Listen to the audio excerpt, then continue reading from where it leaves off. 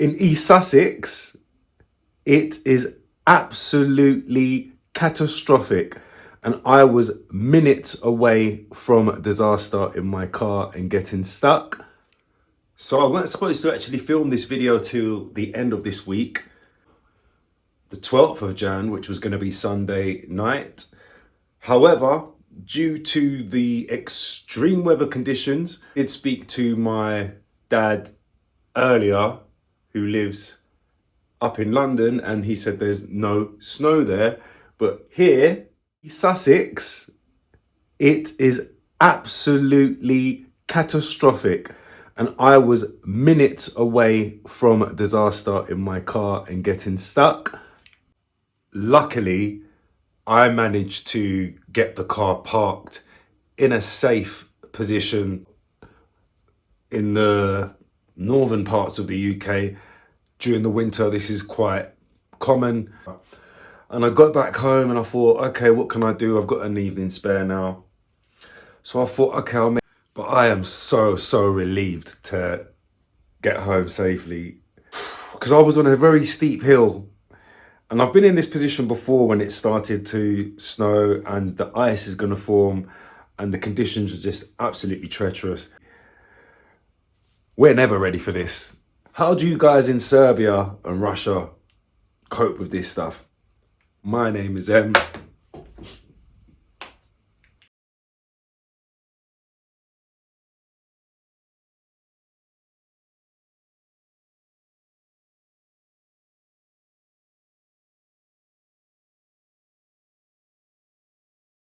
With that said, hi plant friends, welcome to Lethal. My name is Em.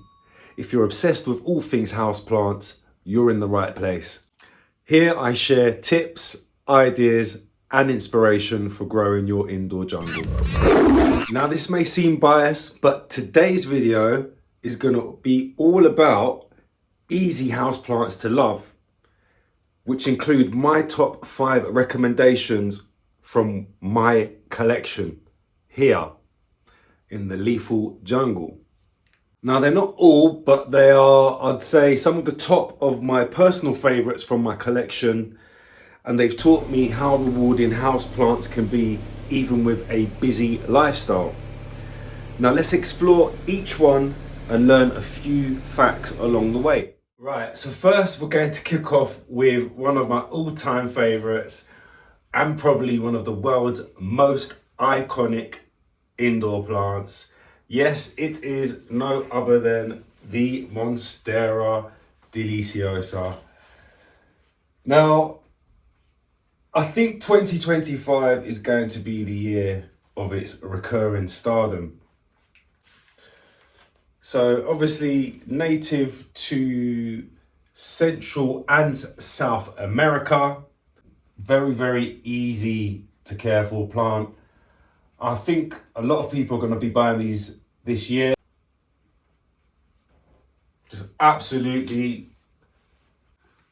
Now in terms of care for this plant, well, let's talk about where I got it first. So I bought this plant September last year, and I went to a botanical gardens about an hour's drive from here. Plants that they had there, I think there was like a seed bank there. I can't remember what it was called. I think it was called the Millennium Seed Bank. I think it had like 2,500 of the world's seed species stored away at this facility within the botanical gardens. It was an amazing day out. The place was massive. I think it was called Wakehurst Gardens or Wakehurst Place. I will put it down in the bottom screen there if anybody wants to visit it in the UK, or if you're coming over to the UK, I definitely recommend it. I need to go back there because I didn't get to see the whole site. I think I managed to just about see a quarter of it in 4 hours. So I think you'd need a whole day and a half maybe to explore the whole site. But it is a National Trust owned place, and National Trust places are normally amazing. I wanted to sort of talk about the maintenance. So a lot of people have them already. Some people are probably thinking about it who have just got into plant care and becoming a plant parent. But whether you are an advanced plant parent or just getting into the hobby, this plant is a winner. It's so easy to care for, very, very, very, very low maintenance. I've had no problems with Monsteras in 3 years. The only problem I have had is little bits of browning leaves, which I think is probably caused by underwatering here, or maybe times where humidity might be not ample enough for the plant, or sometimes in some cases too much humidity, because I do dry a lot of cloves in here while after washing them, which will increase the humidity. So it is quite humid in here a lot of the time, and I don't really have the windows open because of the cold draft at the moment, which is not what you want for certain plants, especially calatheas. And what can I think of? I don't think the begonias will like the cold draft either. So as I was saying, let's quickly sort of summarize why I think this is an absolute easy plant to love, and it should be in your collection, whether you're a beginner or an advanced horticulture enthusiast. The lighting conditions are really simple. It loves bright indirect light. It can take some direct sunlight, the Monstera deliciosa, I find. But I know a lot of people put them in windowsills where there's harsh direct sun. And I often see them in people's windows suffering, in south-facing windows particularly, which is not going to be great for a Monstera deliciosa facing window. But I've got my windows filtered, but I've moved it over to the north-facing window and it loves it there. So coming on to watering, I let mine dry out almost halfway. I know the sort of general rule of thumb will say let the top 2 inches of the soil dry out. Like, the leaves are just perfect green. It just gets the humidity from the cloves being washed, and I have a bath every day, so that will obviously keep the flat humid as well. And I do know that some advice and tips will say to mist the Monstera. I've actually stopped misting all my plants. Now, with any epiphytic plant or epiphyte, being a climber of trees, obviously a moss pole is good, but I always advise, for me personally, I always advise myself to put my epiphyte plants or epiphytic plants on wooden planks. Yeah, so other than that, there's not much more I can say about it. I think it's an overall, it does have a stunning appearance. You know, it can brighten up any part of the home, whether it be in a bedroom. Okay, so next we have,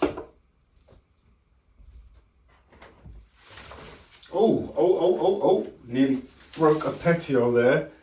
Next we have the Kentia palm.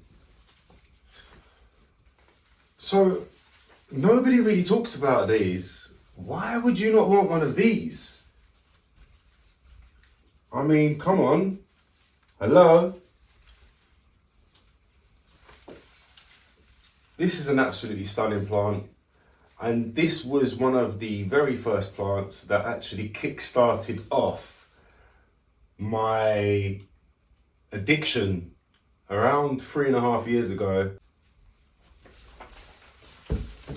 So I'm doing this with this plant because I think this plant needs a bit more credit. Originating from Australia, from a place called Lord Howe Island, in circulation since the Victorian times. So they've got a history. They have a deep history, these plants. And apparently the Lord Howe Islanders, since Victorian times, have climbed the trees there to harvest the nuts and export them all over the world. And obviously these nuts are for horticultural trade to produce these palms. And the wildly collected seeds of this palm and many of the other palms from that island are the island's only export. So every potted palm you'd see in a garden centre, locally, being one of these or relatives to this palm tree, They're all grown painstakingly from seeds, and they take a lot of years to mature. So I think there should be a bit more appreciation for these plants, especially this Kentia palm, because if you look online, they are quite, well, they're not cheap, they're not expensive, they're in the medium range. And I think whether you're a beginner or a advanced collector, you should have one. They're very easy to care for. I let mine go really dry, and I'd say 3/4 of the way, not completely. And it loves a shady spot. So you don't want to put this particular plant in direct sun. The shadier the better, obviously not too shady, because bearing in mind it is a slow grower anyway. But just look at these fronds. Very graceful, and you know, I love the arching look to them, and you know, they stand upright majestically. One for nearly 3.5 years, and I've not had any problems. The only problems I've had is probably tiny bits of leaf scorching, which is probably due to me having it in this window, which is the south facing window. So a lot of palms grow fairly rapidly, but with this one, it is a slow grower, as I said, which makes it kind of easy for maintenance, so you don't have to worry about repotting it every year. If you look at some Hollywood movies from like the 80s, 90s, you will see this plant featured in it a lot. And many luxury hotels worldwide and sort of 5-star apartment complexes will feature this plant as a centerpiece within foyers, walkways. 2025 is all about green. But overall, fantastic plant, amazing visual appearance, low maintenance, easy care, and very rewarding palm. You better add one to your collection, and I want to see some pictures on social media this year. I want to see some videos about Kentia palms. So yeah, that's it. Number 2. So next up, we have number 3, which is the Monstera albo borsigiana. So this is one of my favorites in my collection. I know this plant is very small, but I've had this plant as well, probably just a little bit less than the time that I've had the Kentia palm for. So no two leaves are alike on this plant as well, which is one of the reasons why I thought I liked it, because you do get a lot of variegation on plants which duplicates. So this has got its own thing going on, and we've also got it on a plank as well. Now, these variegated forms of Monstera are not naturally found in the wild. Some of you might be aware of, but for those who don't know, you do now. Now, they are the result of a spontaneous genetic mutation that affects the chlorophyll production. These mutations create striking patches of white or cream coloured tissue interspersed with the plant's typical green. While visually appealing, the variegation reduces the plant's efficiency in photosynthesis, making it more delicate and slower growing than its fully green counterpart. Now, I thought it was interesting because I always wanted to know where the word borsigiana came from.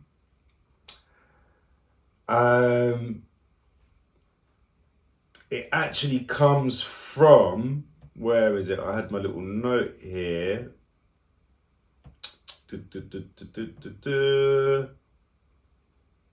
So, the Monstera borsigiana variegata first emerged as a mutation in cultivation rather than in its natural habitat, as we already know, blah, blah, blah. It is believed to have first been discovered in a nursery in Germany, specifically in the Borsigiana area of Berlin. So Borsigiana is actually an area in Berlin, which is quite interesting. So it's been stabilized through cuttings and tissue culture. So you can't really grow this from seed, obviously, and you will have to purchase this particular plant either via Etsy or from a rare plant shop, and they'll probably sell you the rooted cutting, and they normally sell it by 1 leaf, 2 leaf establishment. However, the price I think has gone up recently because they have become more sought after recently, more than the yellow variegation, because the white variegation seems to be lessly available. And it grows obviously slow and it is harder to propagate, and that's why it's one of the most sought after houseplants as well. So obviously to maintain the variegation, you do need to make sure the light is as bright as possible. So a low light area that's quite shady will not do this plant any justice. I've always kept it in my special south facing window where all my plants that require bright indirect light seem to thrive, and this thing has not really showed me any signs of unhappiness or started to cry since I've owned it.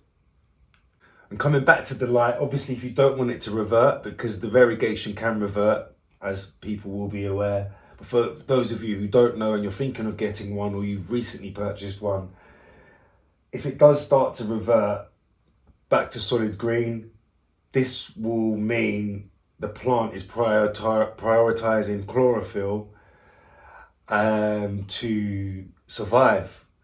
So due to the insufficient light or other stress factors, it may revert back to green. So you want to keep an eye on it if that starts happening. But what you can do is you can chop off and prune back the reverted leaves in the hope that the new leaves that do develop will become variegated, bearing in mind if you do change the lighting condition from previous, where it did start to revert back to the solid green.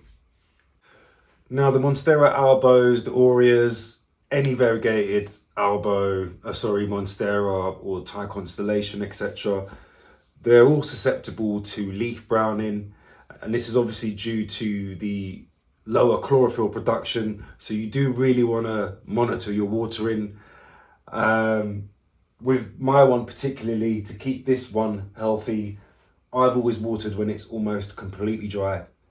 I use my finger as the gauge. I don't use any moisture meters, never have, never will. I think the finger and the human feel is the most reliable way. But personally, I found that way and I'm so used to that. So yeah, I always stick my finger in. If I can see that there is soil sticking to my finger still, then I know there is still moisture within the substrate. If I rub my finger and the soil freely drops off, or there's none present on my finger, then I know, okay, it's dried out now, then I'll water it.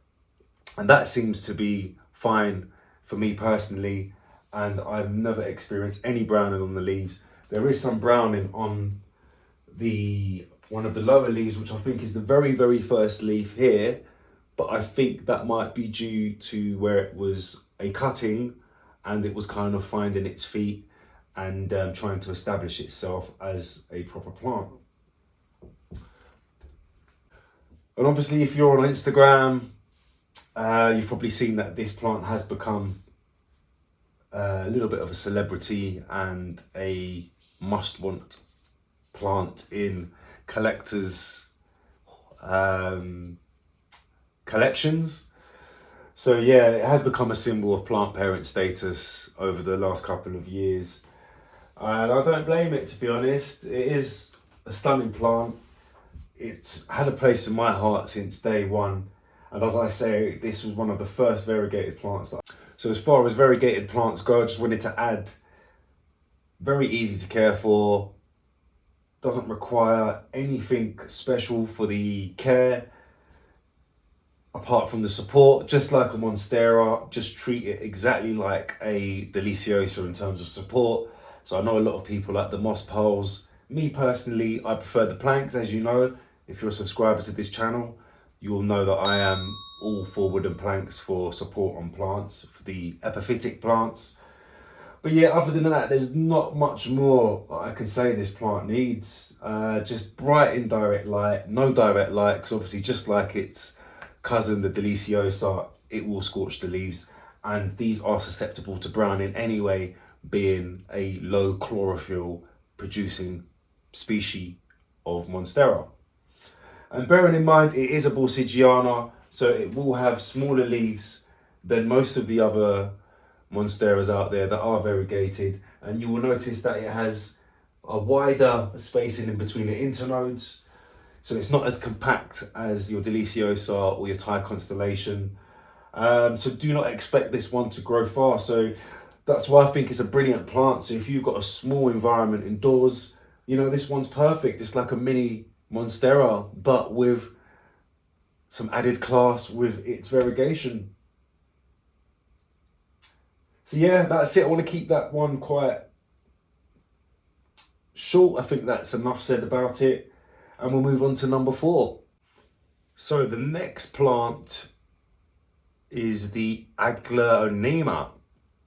This one is an Aglaonema Silver Bay. I got this one from a supermarket, I think for around £8, and it actually came in this ceramic pot as well, which I thought was a steal. I actually thought I was actually buying the pot rather than buying the actual plant.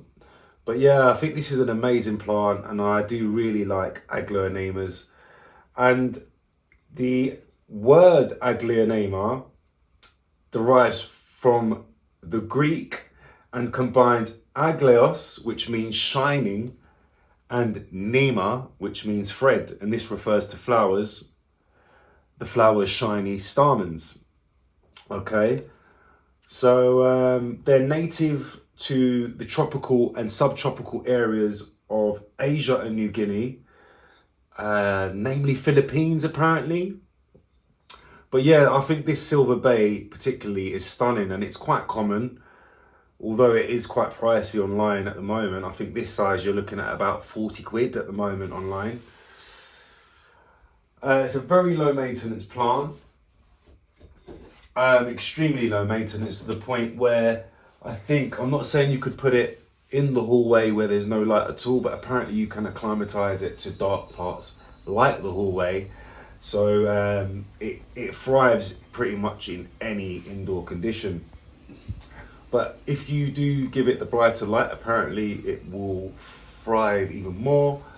And it's considered a lucky plant in Chinese culture, often given as gifts for good fortune. Now with this particular plant, you want to water it when the soil feels dry, about halfway down the pot, which is what I do. I sometimes kind of let it completely dry out. If you do let it dry out for too long, you will start to see browning tips, which did happen to me, and I did have to remove a couple of leaves from this one about a week ago, which weren't looking too great. But now it just looks really, really nice. It's got a real nice glossy look to it, and I think this will just brighten up any spot in any home. And for beginners or, you know, advanced enthusiasts, this is a all-rounder, I think. Apparently, pests wise, the only thing that this can attract is spider mites, and I did see some webbing on this one underneath the nursery pot and inside the ceramic pot when I did have a little inspection yesterday, and I'd never ran so quickly for the neem oil spray bottle in my life. It was literally like Roadrunner, meep meep, gone. So I gave this a good neem wash yesterday, hence why it might be looking so shiny at the moment.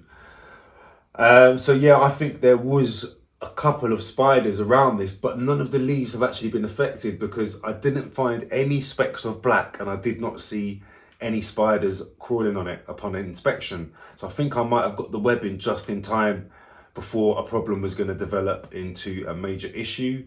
And apparently, namely, it is the red spider mite that likes to attack the agglomerates. So if you do get one, although they are really easy to care for, do be mindful of the spider mite potential. But other than that, it's not really susceptible to any fungal issues or anything like that. And since I've had it, which is probably for the last 5 months, I've not run into any problems with it.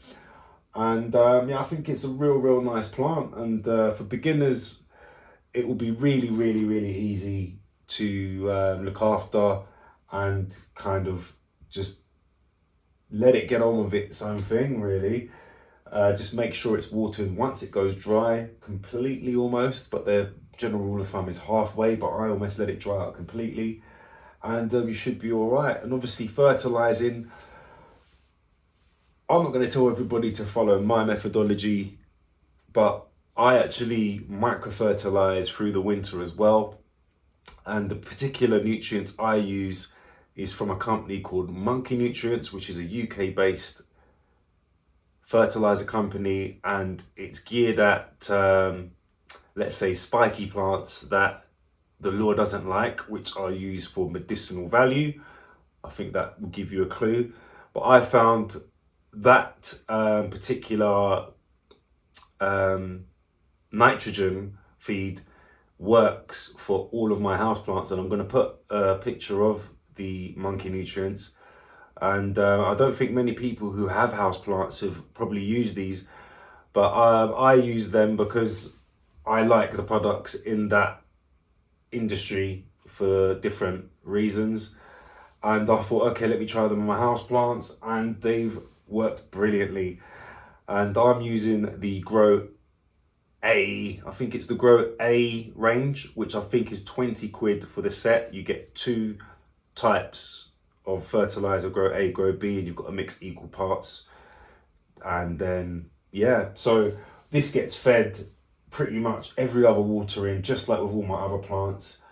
Because I believe that plants are hungry all year round, just like us, we're hungry all year round. We need to be fed, therefore the plants need feeding as well all year round. But as I say, do not follow my methodology. This is what I do, and this is what works for my indoor jungle.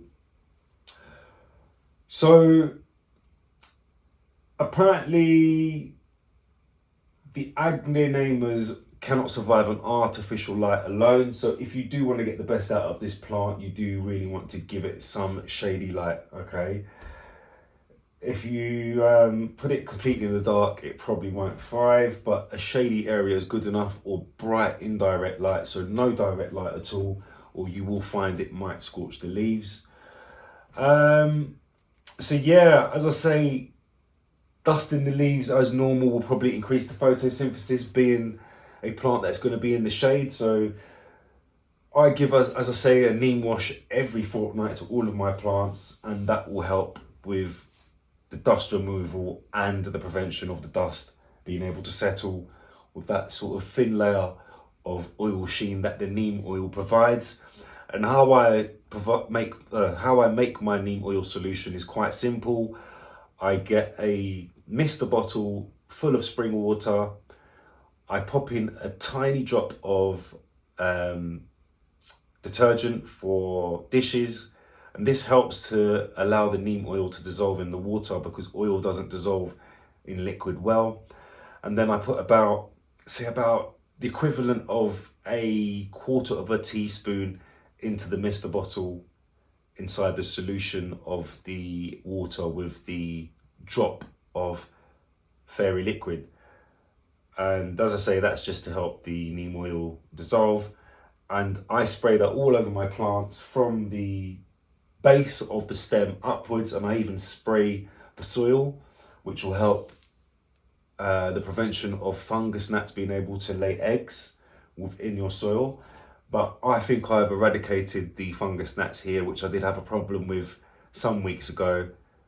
I actually deployed nematodes, which I think have completely annihilated the buggers, which I can't stand, which many other plant parents, I'm sure, have experienced the same issue.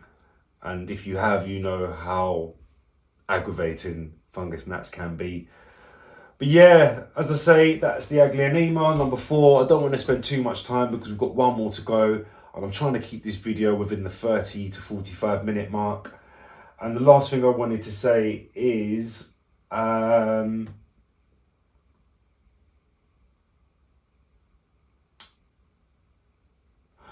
the Aglionema is the recurring theme in the hit film Leon.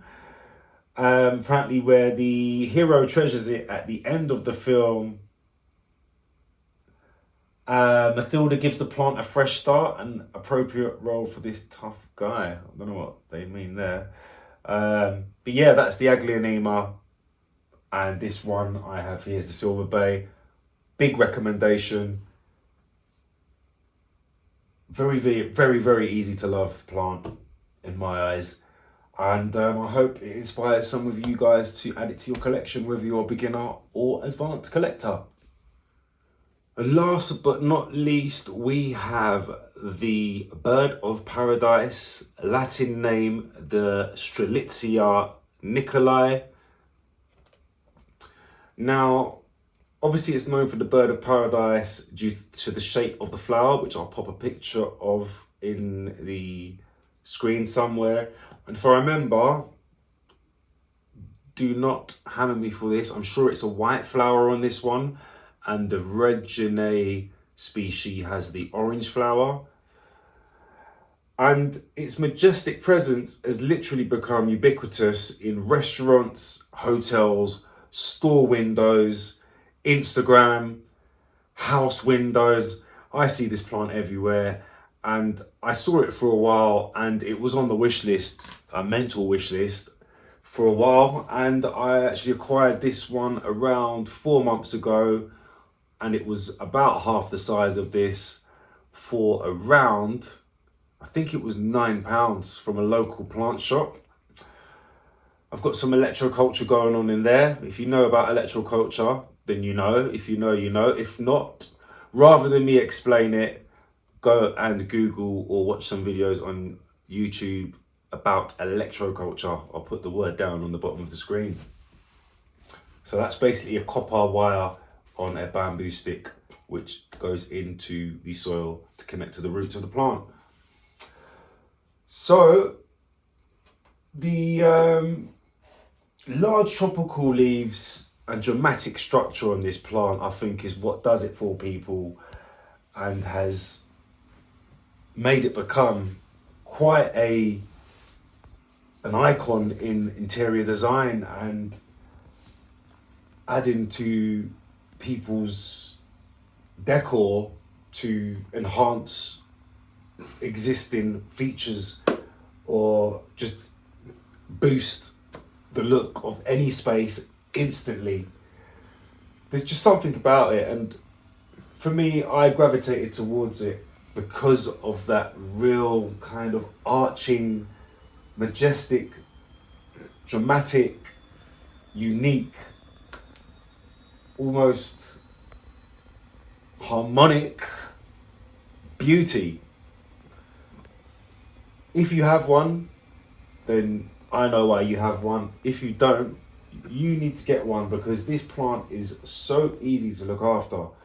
And I was right, it was the white flowers I could see in my notes, which resembles birds in flight, but it rarely flowers indoors. So it grows up to 6 to 8 feet indoors with the right care.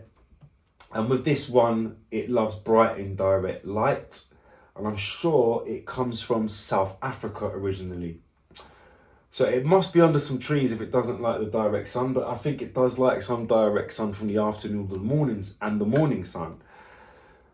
But apparently it likes bright spots near windows, and I've seen it near windows a lot. So I think the direct sun is okay for it, but I'd say monitor it. And if you see scorching, then move it. So I don't know. Maybe some plants like it, some don't. But generally I see that it likes direct sun, but I keep mine in bright indirect light just to be on the safe side, because I wouldn't want anything happening to this plant because I absolutely adore it. And I think it is one of the most easiest to love. And I think this year, this plant is going to trend. So it needs space to thrive. So avoid cramped corners because these, I think you would refer to these as fronds. I wouldn't call these leaves, they are fronds. because I would class this as a palm, personally. Yeah, it does get quite big, so do not stick this in a corner where it's going to be cramped. And apparently you do need to occasionally prune the older leaves on it for a fresh look. So what I did see earlier is, can I reopen my closed tab?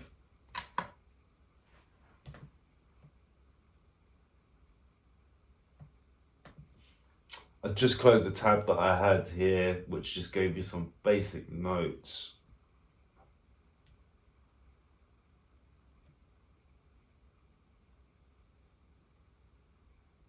Yeah, so what an architect was saying is that it creates a focal point in any space, and they recommend placing it in a spacious room because this does get really, really, really large. And they say to avoid it tipping over when it does get big, you want to put it in a heavy pot because it will capsize perhaps. And if you place the pot on a plate with wheels, you're able to facilitate its movement because it is nice to move it around to sort of change the styling of your room accordingly. And just in case maybe it's not doing well in a certain spot when it does get large as well. Yeah, another thing with this plant, as it matures, you will start to see some splits in the leaves, and this one has started to split slightly here on a younger leaf. It's nothing to worry about. It is actually part of how it is able to adapt to its natural environment when there are higher winds. And obviously the large downpours of rain as well. So it's able to help it cope basically in its natural habitat. And if the leaves were held smooth as cells, then it would break. So a lot of people start complaining apparently when these lines form and they start worrying about the plant. It's all natural. And it says here to keep it in a very, very bright place where it receives direct sunlight in the morning or filtered light in the afternoon. So according to this architect and another person on Instagram with 110,000 followers, who is a keeper of these plants for a long time, she says that you do not want this plant to get direct sunlight. So I think just to keep it safe, it's probably just to keep it in a very, very bright, indirect sunlight area where the strongest light it gets is filtered afternoon sun. Apparently the bathroom can be a good place for this plant as well, thanks to the humidity that accumulates in there. But make sure it's not a dark bathroom without windows because the plant will suffer. You will not get the best results. And in winter, if it is outdoors, it must be protected by the frost, but we're all going to be keeping it indoors, I imagine, so we haven't got to worry about that. Because obviously in the natural habitat, the climate is quite mild.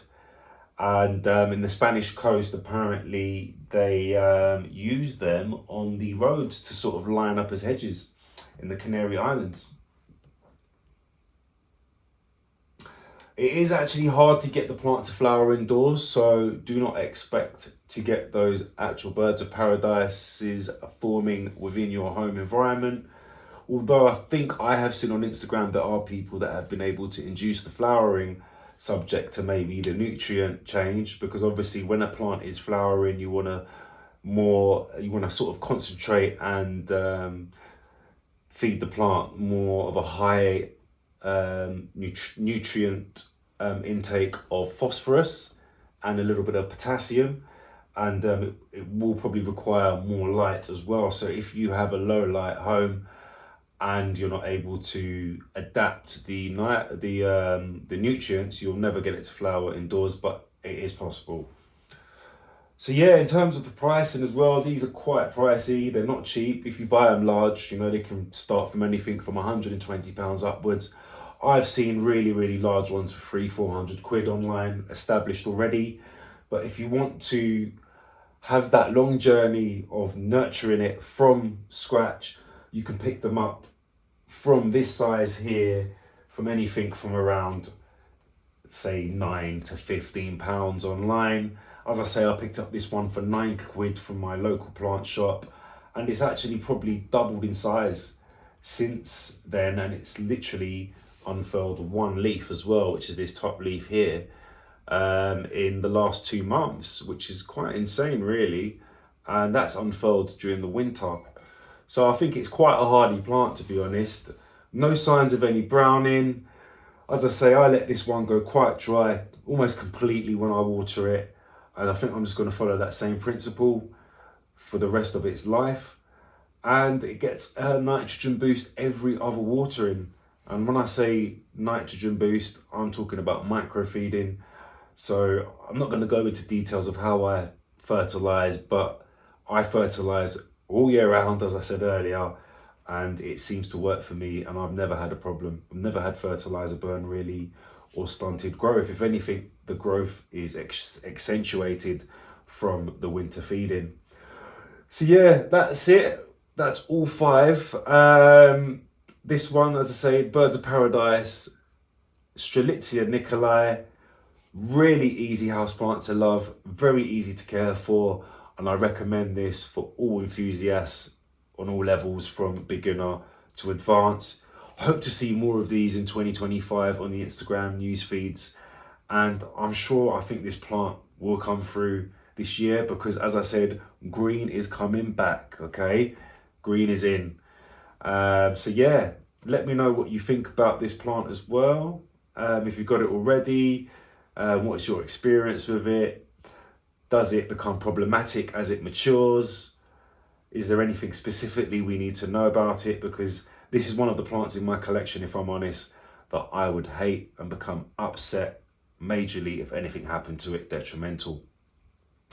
So yeah, that's the Strelitzia Nicolai, aka Bird of Paradise, white flowering. Just in case, I'm not sure if we talked about the watering with the Birds of Paradise, so do let it go dry. I let mine dry out completely because they do not like to stay wet like most plants that originate from the African continent. So I hope you enjoyed meeting these 5 amazing plants from my collection. Which one is your favourite? Let me know in the comments. If you're inspired to bring home one of these beauties, don't forget to like, subscribe and hit the bell so you don't miss more plant care tips and recommendations. That's it from me, Em, at Lethal. I'll see you in the next video. Keep it green.